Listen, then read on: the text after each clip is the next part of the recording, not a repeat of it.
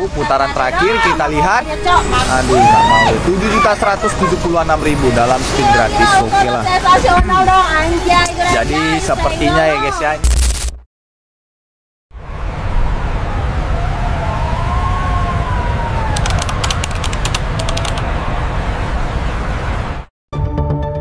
Fenomena judi online di Indonesia memang sangat meresahkan. Menurut survei dari Drone Emprit, Indonesia memiliki peringkat pertama sebagai negara yang memiliki banyak pemain judi online di dunia, yakni 201.122 orang. Jumlah ini terlampau jauh dari negara-negara seperti Kamboja dengan jumlah pemain 26.279 orang, Filipina 4.207 orang, hingga Rusia yang hanya 448 orang. Tidak sedikit kasus judi online di Indonesia yang sangat memprihatinkan. Banyak pemain judi online yang sengaja menjual harta bendanya demi bisa bermain judi.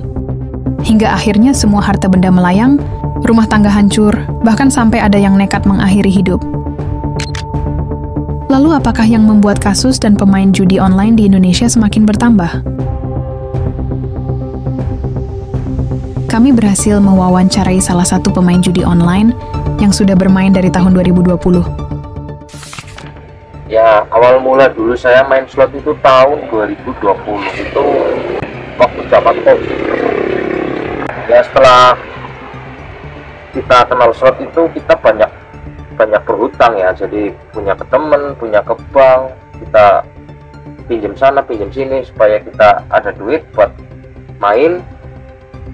Ya kadang kita mampu nih, 1-2 kita mampu untuk melunasi, terkadang kita kalah, akhirnya nggak bisa melunasi, kita jual apa yang kita punya dulu gitu.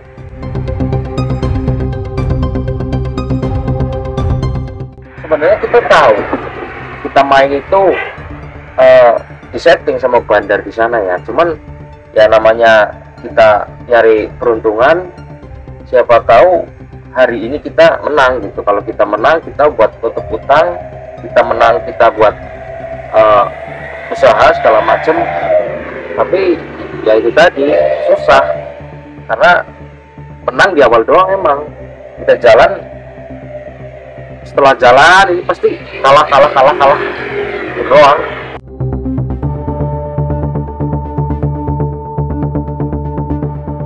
Sekarang itu nyari kerjaan susah.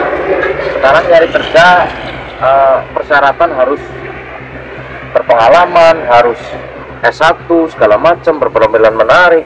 Sedangkan pemerintah itu tidak mereka kan punya mekanismenya, mereka punya alat lah. Jadi mereka tuh bisa memblokir akses judi online sebenarnya. Cuman ya kita tahu sendiri lah, mana ada yang diblokir, sampai kita ngeklik apa aja itu kan nggak ada yang diblokir.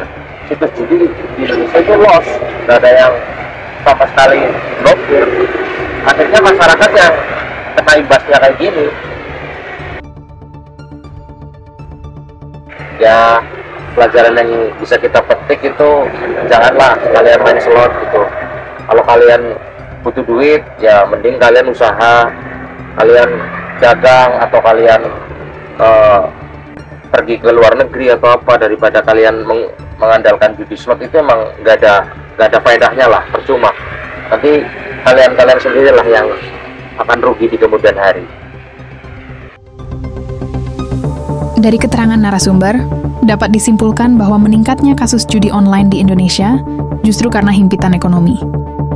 Iming-iming mendapat uang dengan jumlah banyak dalam waktu singkat, tanpa harus bekerja keras, kurangnya kesadaran akan bahaya dari judi, membuat semua gelap mata, lapangan pekerjaan yang sulit didapat, dan juga peran pemerintah yang belum serius dalam memberantas judi online di Indonesia. Bahkan, banyak oknum pemerintahan yang justru terlibat dan seakan melindungi praktek perjudian di Indonesia. Kalau sudah begini, siapa yang bisa menanggulangi bahaya judi online itu sendiri?